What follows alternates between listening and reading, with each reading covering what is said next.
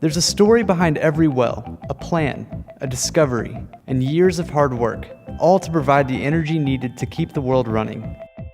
Let's take a look at the complete life cycle of a wellbore, from inception to retirement.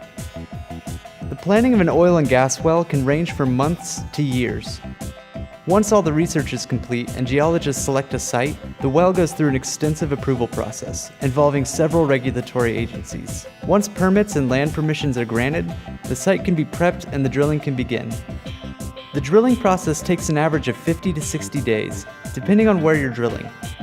First, a hole is drilled well below the freshwater aquifer. Then, millions of pounds of airtight steel casing and cement are applied to protect our underground water, before drilling deeper to the target depth.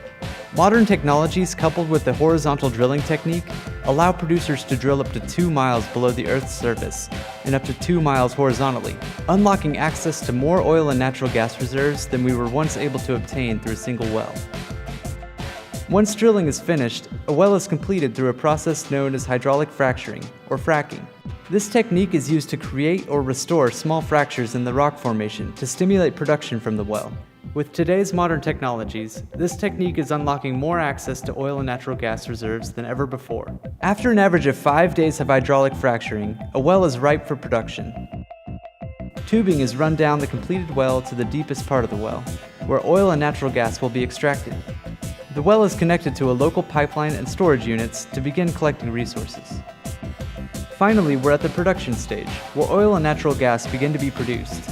If needed, a pump jack will mechanically pull liquid oil to the surface.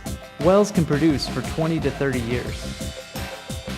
Once well production is complete, operators will remove production tubing, fill sections of the wellbore and casing with concrete, cut the casing off the well below the surface, weld a cap onto the top, and cover it with soil, returning the landscape to its natural state. So there you have it. Thanks to EnergyHQ, you now know the full life cycle of our energy-producing wells.